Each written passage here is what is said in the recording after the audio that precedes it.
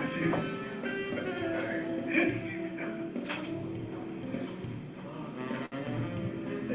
all right?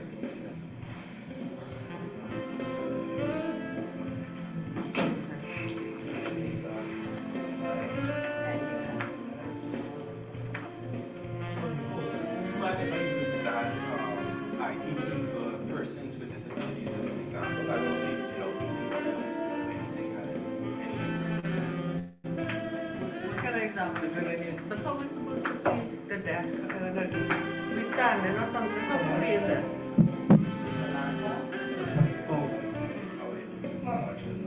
Hey! That's a good point. You know what? It might be useful to just copy. Yeah. We'll come in.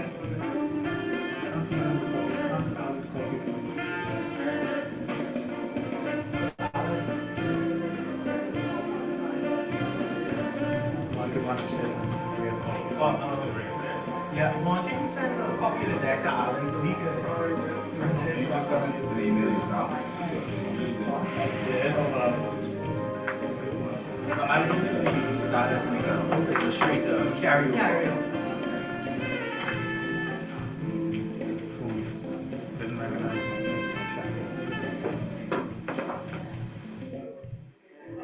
Yeah, so.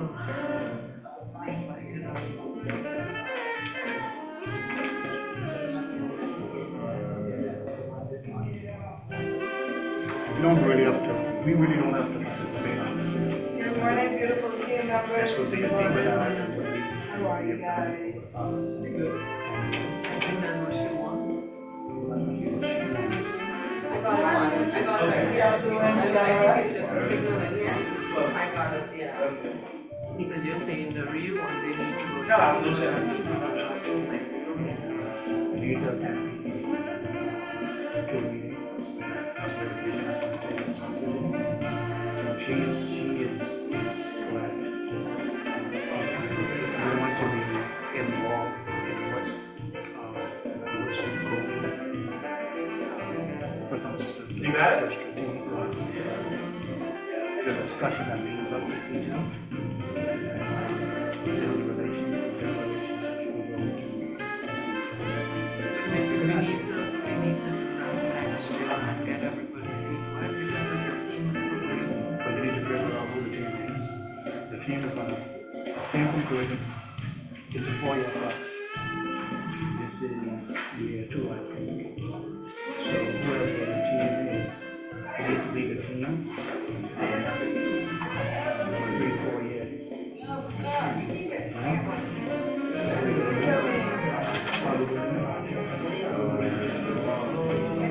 Everybody trying to coach people for work.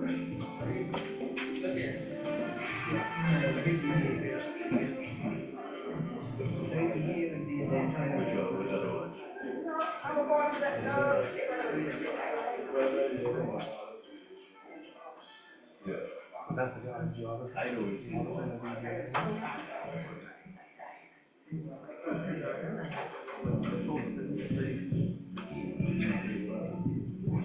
can't stretch your resources too much. Yes, it'll be nice if we treat them, but then the allegation is not going to be.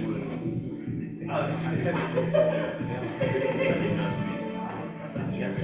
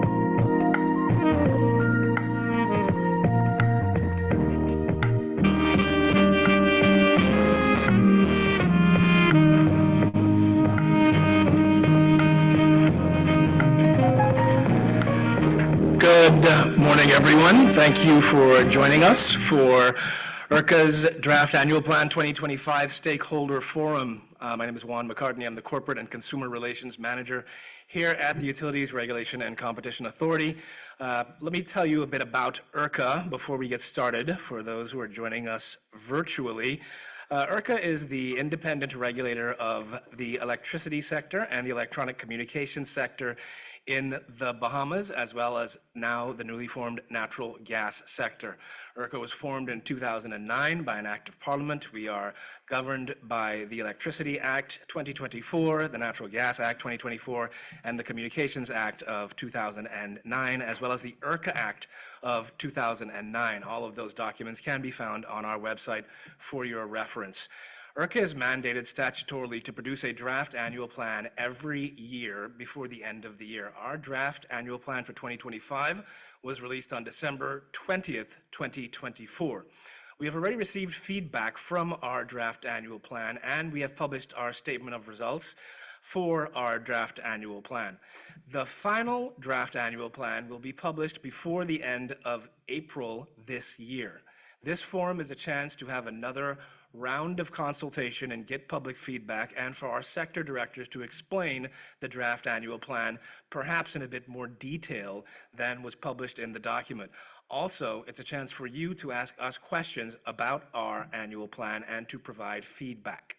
So, today you'll hear from URCA's Chief Operating Officer, Dr. Walden Russell, who will speak to the operations side of URCA's draft annual plan for 2025. You'll hear from Nicole Watkins, who is our newly appointed Director of Electronic Communications, who will speak to the ECS side of things.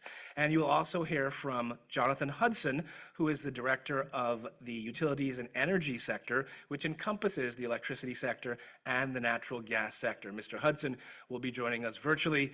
We are in person, the rest of the team. And finally, you'll hear about URCA's budget today from Devon Moss, who's the finance manager, where he will explain what we have planned out for 2025 and how we expect to spend URCA's budget. I want to now introduce for you Dr. Walden Russell, who will speak to the operations side of things, as I said.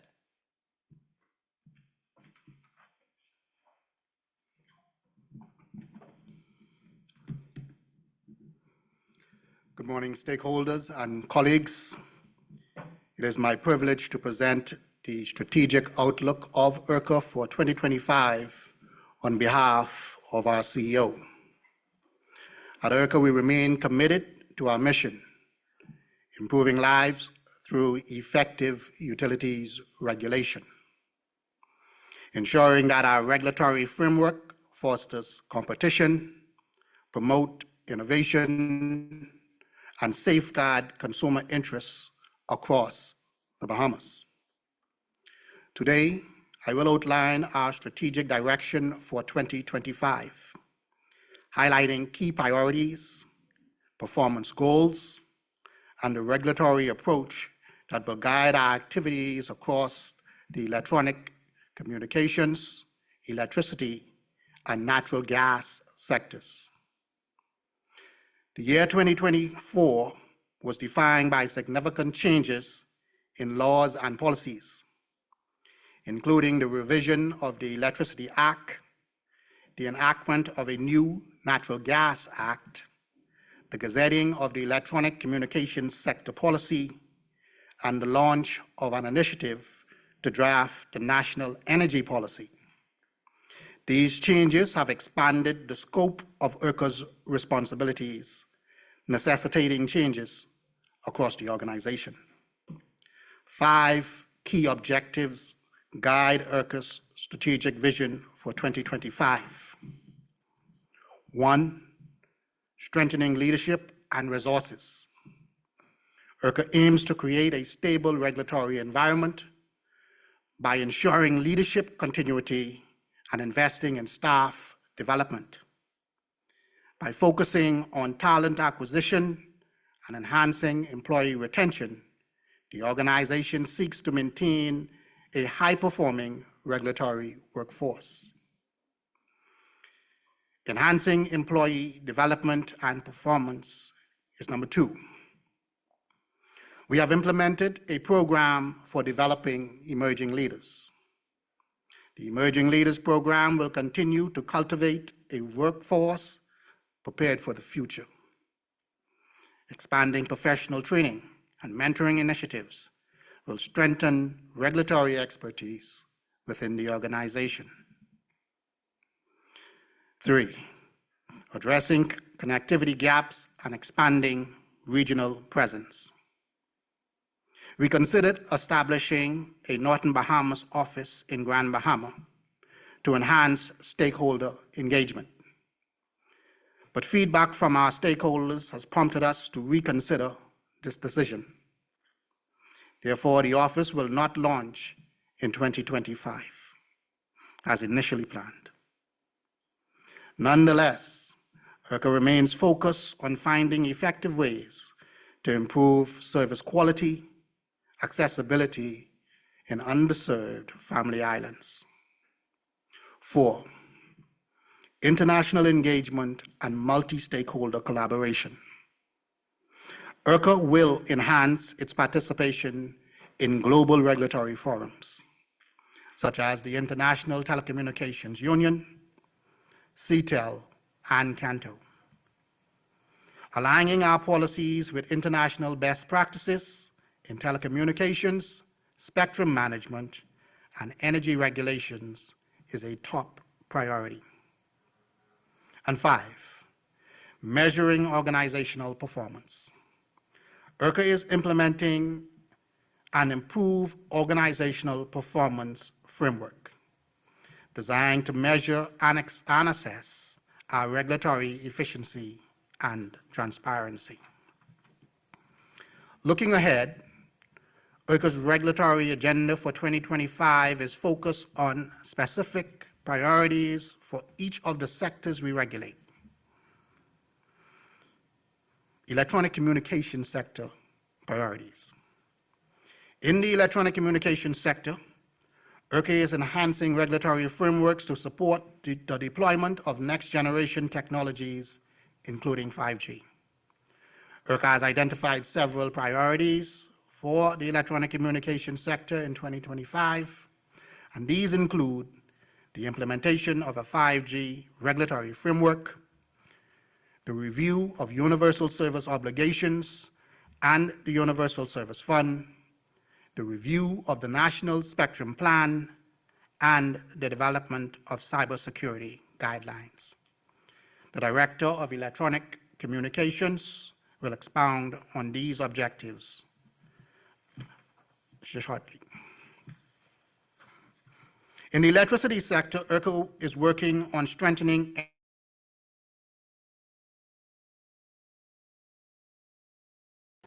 and the review of electricity tariff structures.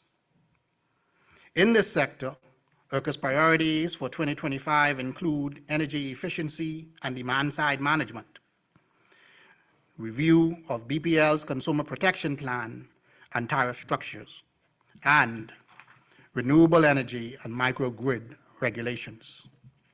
Our Director of Utilities and Energy will explain the purpose and scope of those projects. The natural gas sector priorities. In the newly regulated natural gas sector, which has recently undergone regulation, URCA is establishing foundational policies to promote sustainable and efficient growth. The priorities for 2025 include establishing tariff guidelines and licensing and training of gas service workers. This sector also falls under the remit of the Director of Utilities and Energy, and he will explain the work. In its financial plan for 2025, URCA has proposed a budget that reflects 17% increase from the previous year to support its expanding regulatory functions. The key allocations in the budget include professional services, consumer education and public relations, and infrastructure investments. Our finance manager will discuss the budget in more detail. Despite the increases, URCA is committed to maintaining fiscal responsibility and is actively seeking cost-saving measures while ensuring effective regulation. For example, URCA is renovating its offices on Frederick Street. Once completed, these renovations will convert the upper 2 floors to rental spaces, which will help lower the costs related to owning and maintaining the property. To ensure regulatory excellence, URCA will refine the organizational performance indices for 2025. The key focus areas include improving consumer complaint resolution rates to provide timely and effective protection for consumers, increasing efficiency in licensing and compliance processes to reduce delays and streamline regulatory approvals, and enhancing metrics for industry and stakeholder engagement to foster collaboration, accountability, and transparency.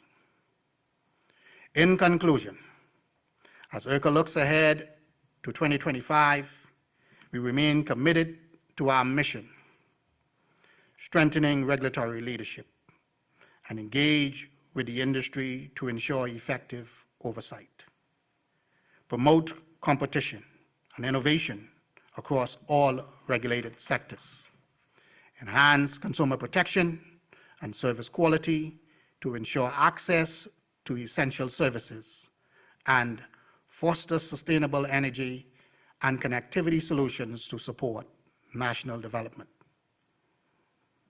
We encourage ongoing collaboration with stakeholders to refine and implement these initiatives, ensuring that our regulatory frameworks drive economic growth, foster innovation, and enhance consumer well-being throughout the Bahamas. Thank you for your time and attention, and please stay tuned as my colleagues outline the details of the 2025 work plan. Thank you. Thank you so much, Dr. Russell. We will now hear from Nicole Watkins, who is our Director of Electronic Communications. Mrs. Watkins joined us this past October. She has a wealth of experience in the field, and we're very excited about what she brings to the table, and she will now discuss what URCA has planned in that sector for 2025.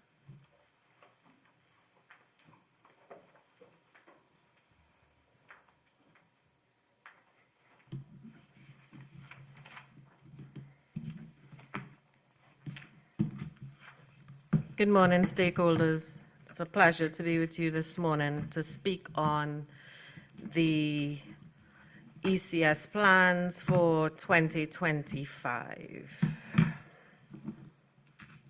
Just bear with me 1 minute.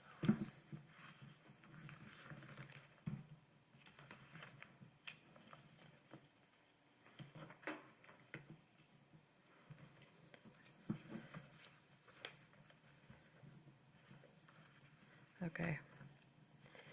So as we begin, we will begin with the carryover projects for 2025, and we will begin with the review of the quality of service regulations for the ECS sector.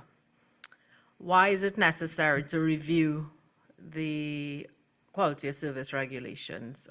There are a body of regulations currently in place, but as we see a take-up in outages, and we see there's no alignment with the quality of service regulations reports we get, in that they don't reflect these outages, we recognize that the current reporting system and regulations focus on core networks, and we believe it's necessary at this time to review those regulations to really see what's happening on the distribution side and customer experience. And so we are reviewing those regulations to look at matrices and different data that will capture the customer experience and those networks that feed the customer directly. So that was the impetus and the motivation behind the review of the quality of service regulations. The consultation on the universal service obligations and the process for designating USPs. We know this is a hot button item for many stakeholders in that they are anxious for us to get this underway.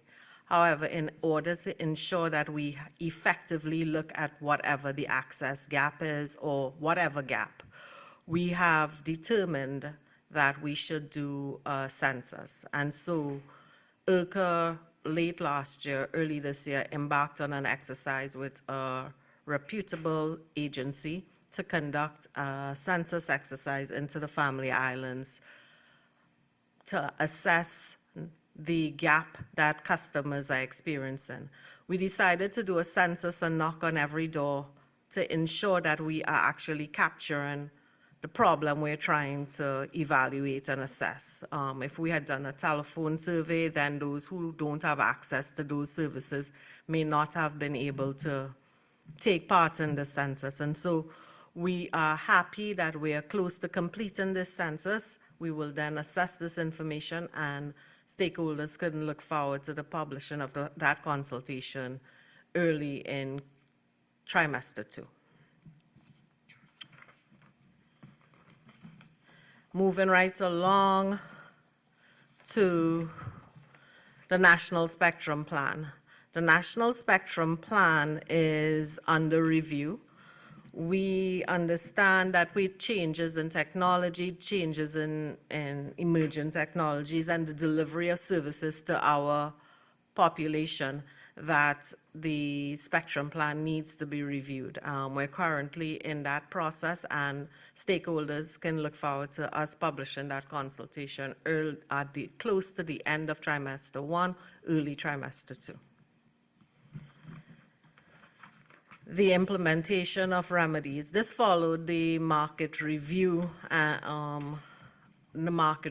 was conducted late last year that focused on pay television and fixed market services. This is a continuation of that work, and we are in the midst of preparing those rules and remedies for the implementation, and stakeholders can look forward to us completing that exercise by the end of trimester 1, early trimester 2. ICTs for persons with disabilities. We know this carryover project has been with us for some time. However, after the review of the contents code last year, and as we prepare for different technologies in the market, we see that this is of utmost importance for us to do. And we are committed to having this consultation completed by this year. So in trimester 2, we look forward to consulting on this project, and we're excited that it will be behind us this year. Moving along to our new projects. And our new projects, many of them are a continuation of last year's work. Last year, we consulted on the implementation of a 5G framework, and we published the statements of results, but as a result of that, there's implementation work to do. And this year, we will be focusing on evaluating what that looks like. We'll address issues relating to spectrum, identifying the bands, as well as the process for the award. We need also to look at the infrastructure arrangements around the implementation of 5G and look at what our baseline would look like. So all this work will go into our different consultations, or the consultation related to the implementation of 5G.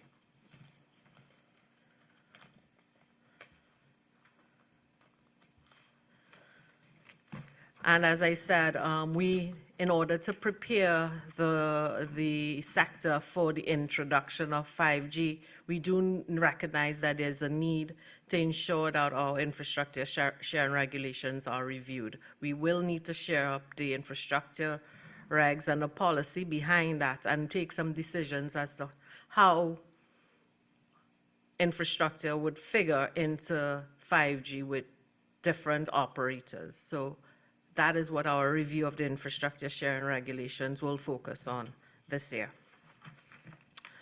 And finally, the consultation on the guidelines for cybersecurity. Well, not finally, but the consultation on the guideline for cybersecurity. This consultation is needed. It's timely. It's one of the buzzwords in the sector right now. However, we recognize that we need to step back, and we know there's a lot of work going on by the government on cybersecurity, and we look forward to being part of that. We are part of those discussions, and our sector policy or our sector guidelines relating to cybersecurity will fall within the scope of that regulations once that regulation is passed. So that will happen later in the year. We are optimistic that by T3, we will have a consultation on cybersecurity. But as I said, we have to wait and see what the national framework looks like, and then we will carve out our framework for the sector. The consultation on satellite framework. We are currently reviewing the responses and preparing our draft statement of results. There are certain issues that have been raised, and we hear the stakeholders. We are carefully reviewing the responses, and we hope to have a response or a position on satellite frameworks by the end of trimester 1. Thank you.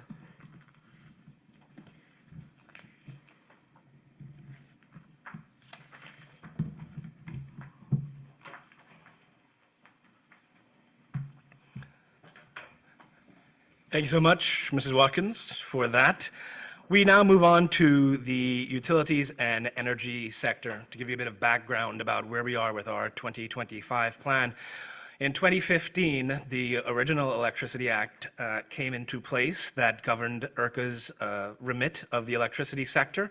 However, last June, the Electricity Act 2024 came into force, repealing the 2015 Act.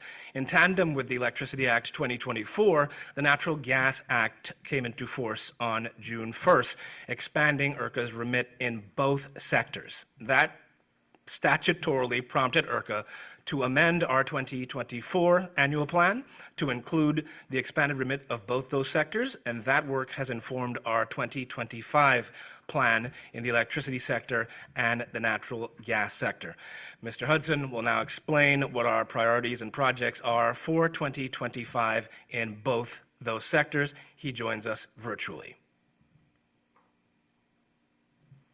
Good morning, everybody. Yes, as Juan mentioned, in summarizing that, essentially we had a plan for 2024, but we very much got bumped off course with the requirement to essentially repeal and replace, create a new Electricity Act, which became effective June of 2024. In addition, we prepared the Natural Gas Act, which became effective around the same period of time, and we developed about 18 sets of regulations to cover the natural gas sector.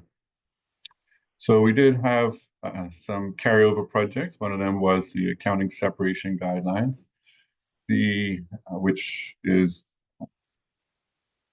helps inform our decision-making within the sector, so that licensees don't commingle different activities within the sector. They just report on the costs and revenue that are associated with the activities related to the sector.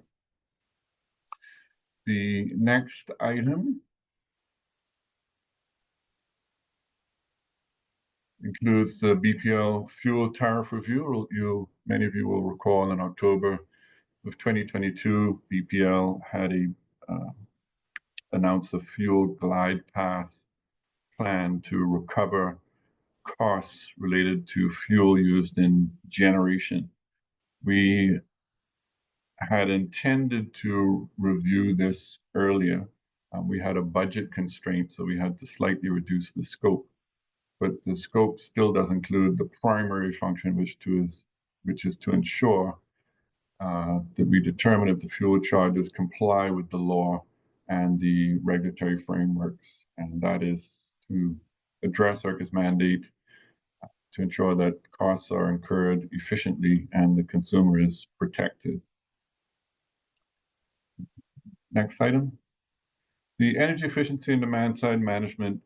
This work, which is part of a requirement in the Electricity Act, has sort of been somewhat subsumed into the work we're doing in with the National Energy Policy. So I'll mention that a bit, but it's intended to increase the level at which energy is used efficiently in the sector and to control sort of the time of use with the demand side management aspect. And that helps out with the generation loading profile in the sector. Next. The authorized public electricity supplier licensee consumer protection plans. This is a requirement in the Electricity Act that all public electricity suppliers, of which the authorized public electricity suppliers are part, have a consumer protection plan, and that's in compliance with Section 16 of the Electricity Act, similar to the one that BPL already has in place. So these are for the smaller public electricity suppliers to ensure that their consumers also have protection in accordance with the mandates in the Electricity Act. Next item. We already had a consumer protection plan for BPL, as I just mentioned, that will be established for the APSLs. But we have in our project, since that these plan has been in place for a while now, that we'll go back and review that plan to ensure that it is still fit for purpose. And the smaller individuals that are entering into a contract with BPL, you might view as a larger individual, that they are fairly represented in their contract documents with BPL. So not just to protect the consumer of electricity in accordance with the consumer plan, but when an individual goes and signs up and enters into a contract for BPL for the supply of electricity, that contract is fair to both parties. So we're doing a review of that and making amendments to those documents where necessary. Next item. The revision of the renewable energy frameworks, that's the consolidation and update. And this is an interesting one because URCA managed to obtain funding through USAID to support it in the technical aspect, particularly in the technical aspect of this work. We secured a significant amount of funding for that project. And as many of you will be aware, USAID is very much on hold, which means that this project, for the most part, is put on hold until we know more information about that technical support and the grant that we were going to receive on that part. But the scope of the project was essentially to make things smoother and more attractive for persons entering into renewable energy projects. These are projects that aren't utility scale projects, that are for residential and commercial consumers and also government. We have two existing frameworks now.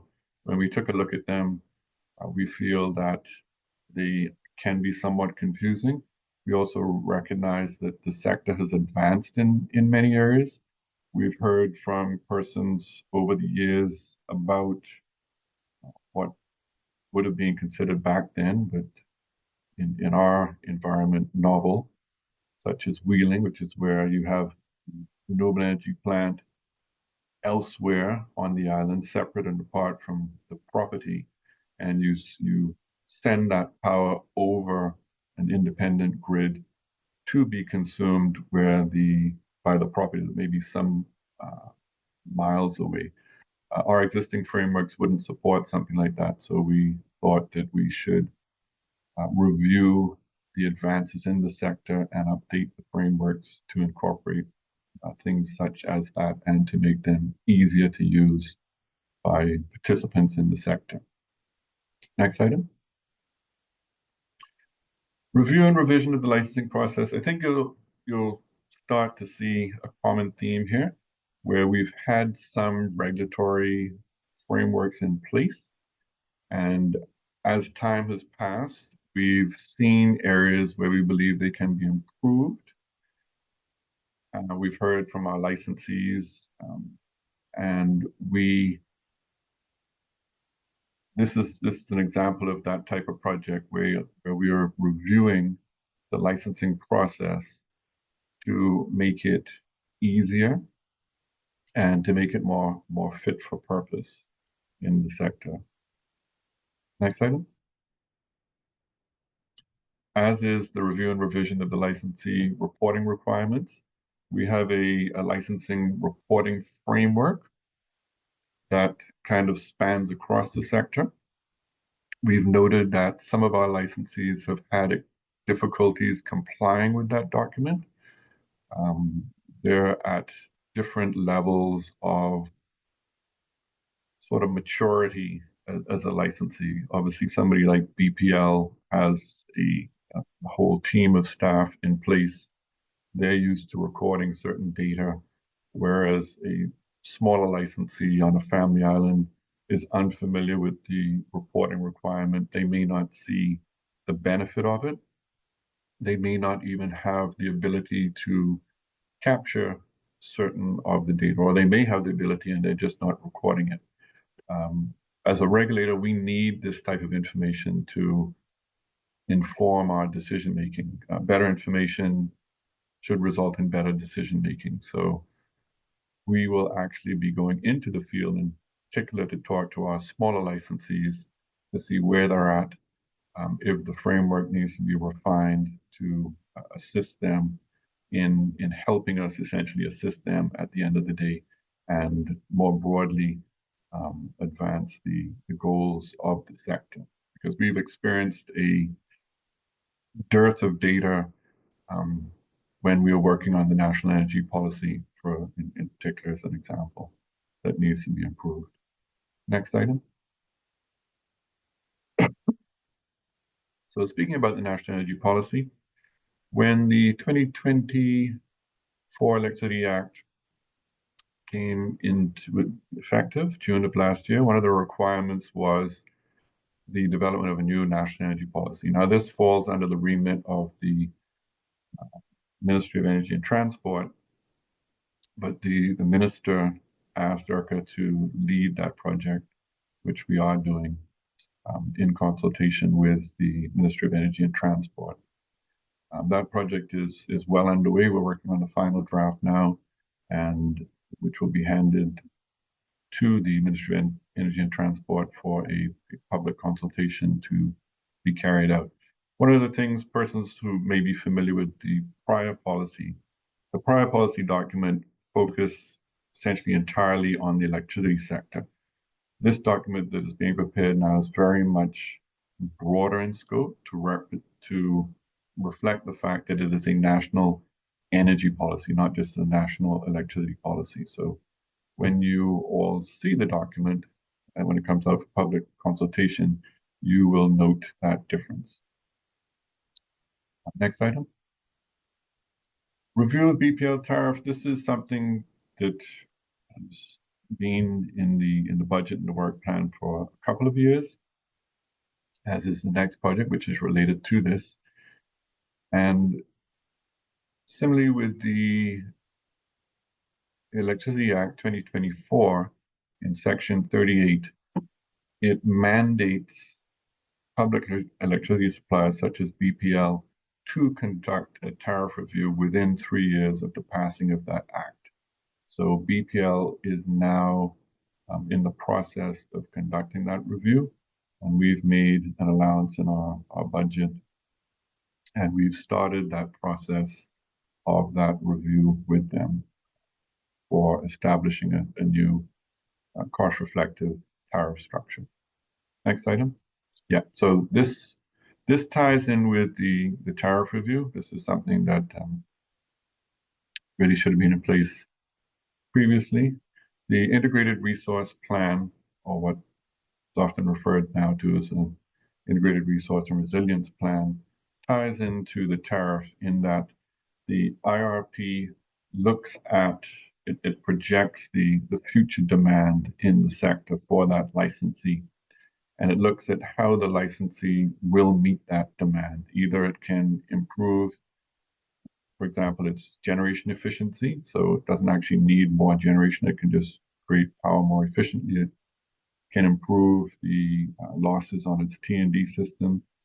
But in most cases, it will require additional generation to meet the demand. So it looks at how can that need be best satisfied to meet that demand, and then those what translate into capital requirements feed into the tariff. Next item. Excuse me.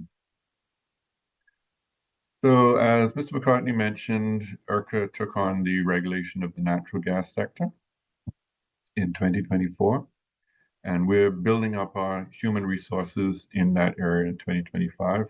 Currently, we've been leaning on the existing staff complement who performed sort of above and beyond to meet the demands, taking on a new sector. We'll be the intent is to take on 2 new additional staff to assist with the natural gas sector projects. One of the projects is public education. So the sector is new, and the intent is to go out there and just inform persons about why the sector was created, what it hopes to achieve, how the sector will be regulated, things of that nature. And we'll be working along with the Corporate and Consumer Relations Department in that regard. Next item. We've had several license applications come before us now, both in the electricity sector and the natural gas sector. So what I've been discussing really are projects. These projects are different to sort of our day-to-day work in managing the sector. And we're very busy in the license application sector. We receive license applications or inquiries sort of across the whole remit of the natural gas sector: import licenses, retail licenses, terminal licenses. Several different types of license applications are currently under review. And as we go through this application process, it may mean that we need to update our license application kind of procedure and documentation. So as was the case with the electricity sector, we learn as we go along, and we try and improve. So this is an example of that. Guidelines for the regulations of natural gas tariffs. The natural gas sector is not heavily not heavily regulated economically. There is a expectation that parties will enter into agreements from a bilateral point of view. But what it does facilitate is a review of the retail of natural gas. And so this project is in compliance with what is in the Natural Gas Act to ensure that we develop guidelines for the regulation of natural gas tariffs. Because the sector is new, this economic regulation is also evolving. So as happened in 2024, these projects may change or they may be expanded as the year and the sector progresses. Next item.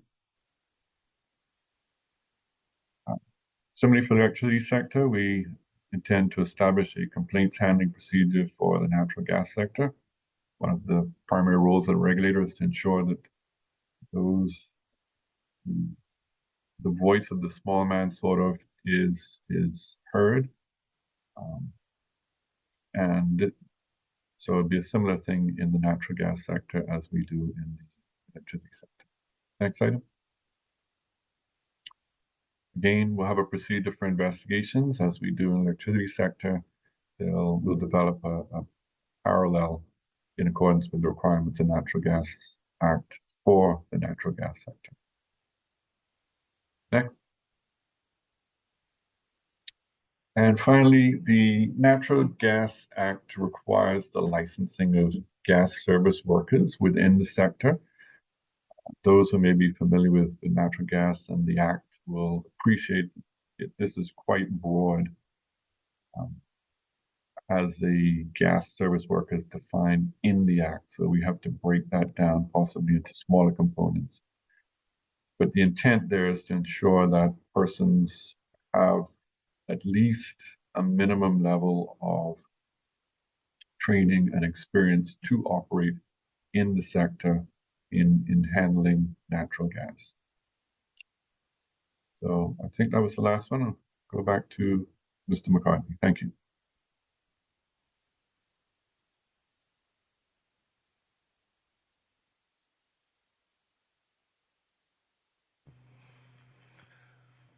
Okay, thank you so much, Mr. Hudson, for that presentation. We will now discuss URCA's budget for 2025, as Mr. Devon Moss will delve further deeply into. URCA's budget is derived from its licensees, and therefore one of the key things we want to be as transparent with those licensees and with the public as to how that money is spent. I now invite Mr. Moss to explain in further detail.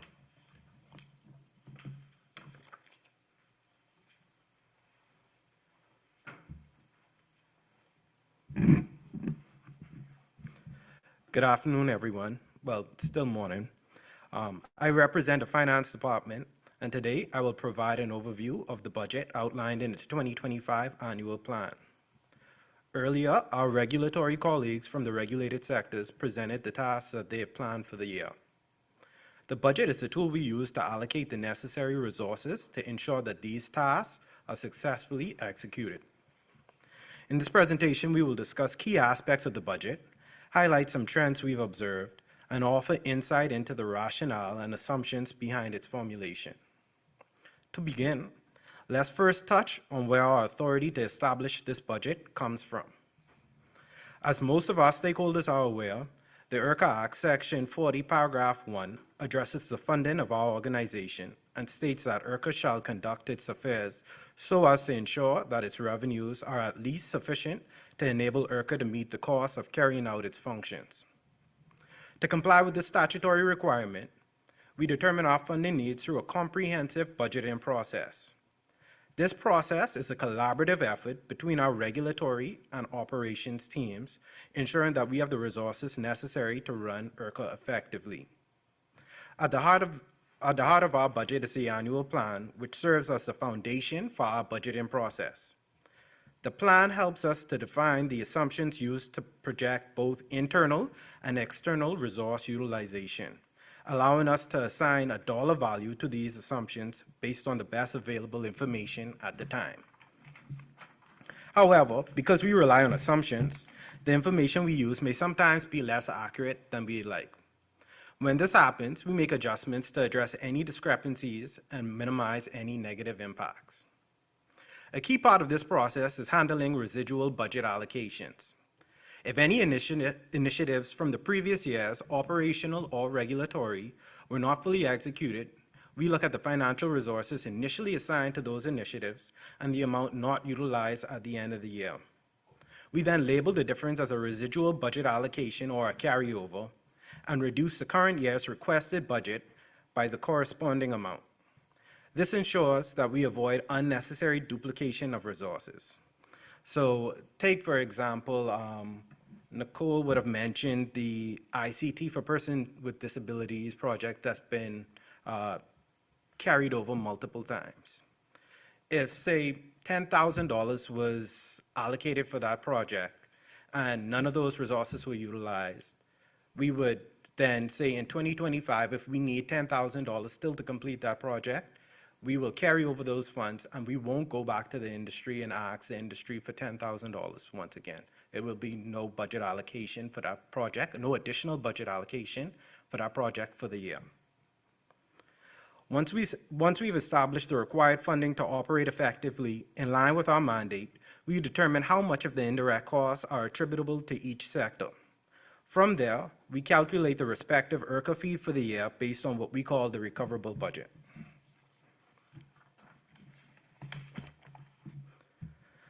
As we transition into looking at the actual budgeted amounts, note should be made that two changes were made to the budget from what was presented in the draft annual plan. The first change is that legal costs have been broken out from professional services.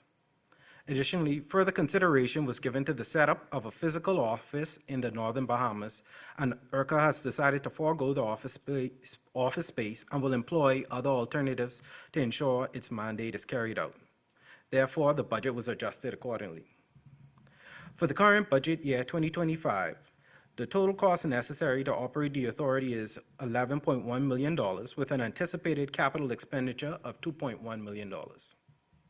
The operational cost has increased 17% over budget year 2024 compared to an increase of 19% in budget year 2023. It is important to note that budget year 2025 includes the first full year of operations for the natural gas sector, whose operational costs were subsumed within the electricity sector.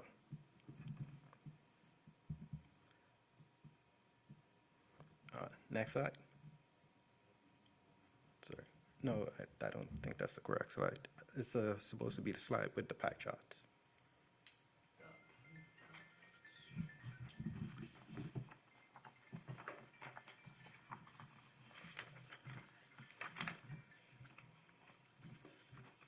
Okay, that's fine.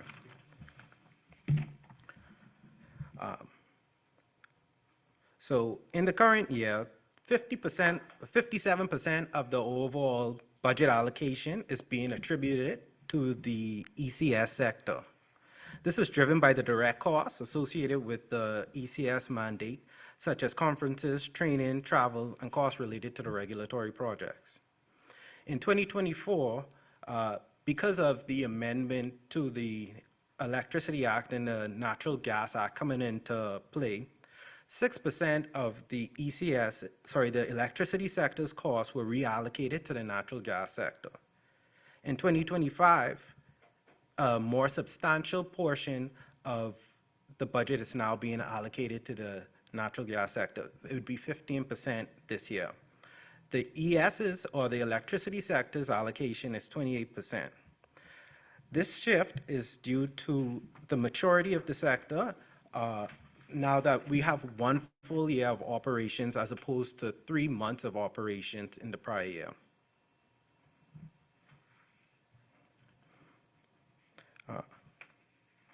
Next slide. This would be the budget table slide. The last one. Yeah, I think it was up previously.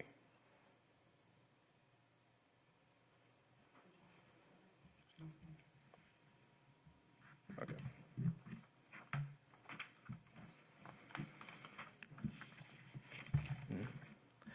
So now let's take a look at the drivers of the ECS. During the current year, you would know that staff costs would have increased. Overall staff costs for the ECS has continued to rise, driven by annual increases in the base pay and associated staff benefits. In 2025, there's a provision for new hires to address staff exits from the previous year and to maintain the necessary staffing levels for the effective regulatory oversight of the sector, alongside ongoing efforts to cross-train professionals. While overall staff costs have increased, non-executive compensation continues to decline following the settlement of legal action brought by former non-executive directors in previous years.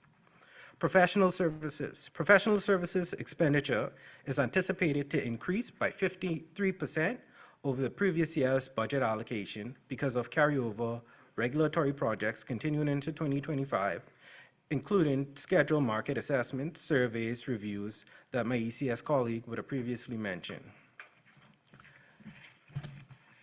The electricity sector.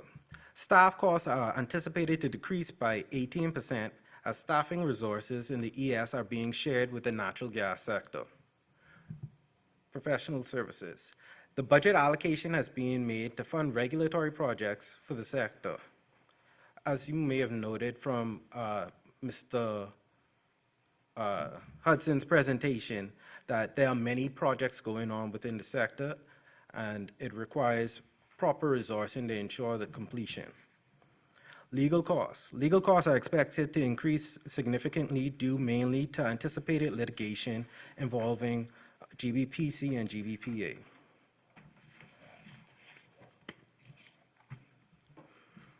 General and administrative expenses. The decrease in the current year's budget is due to a correction in bad debt related to the underestimation in a major licensee's unpaid fees included in the previous year's budget. The last slide would be for the natural gas sector expenditure, the 2-year trend. So we note that this isn't comparing like to like. The comparative shows a 3-month budget in 2024 against a full year budget in 2025. So some of the major expenses are staff costs, which include an allocation for new hires as well as the proportional costs of other sectors support staff. Professional services. The costs are primarily for consultancy services to establish a framework, produce guidelines, and for review of licensing documents. So this is the end of our budget review. Thank you for your attention, and we look forward to answering any questions you may have as a result of the presentation.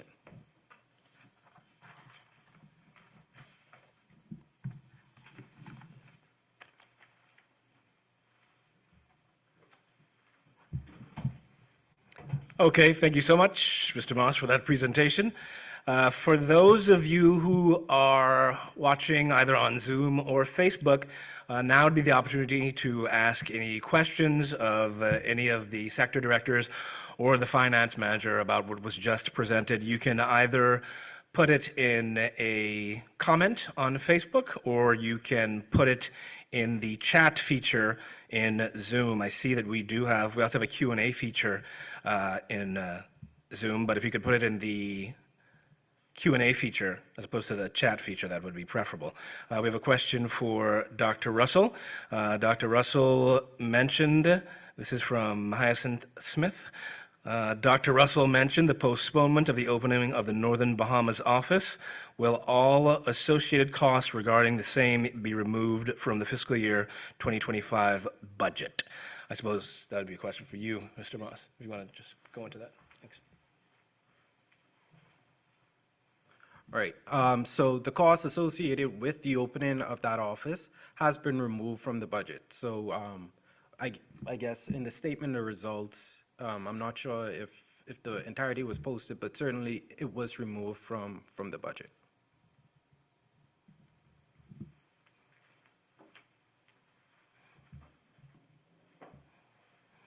Okay. I do not see any more questions in the Q&A tab, and I do not see any more questions on Facebook. So therefore, if there are no further questions, we will bring this stakeholder forum to a close, and we will be publishing our draft annual plan, our final annual plan, along with our annual report before April 30th, and that will be placed on our website, and you can see the final result of the plan there. All right? Thank you so much for joining us today. You guys have a great afternoon, and we'll see you at our oral hearing where we'll discuss our annual report a little later this year. Take care.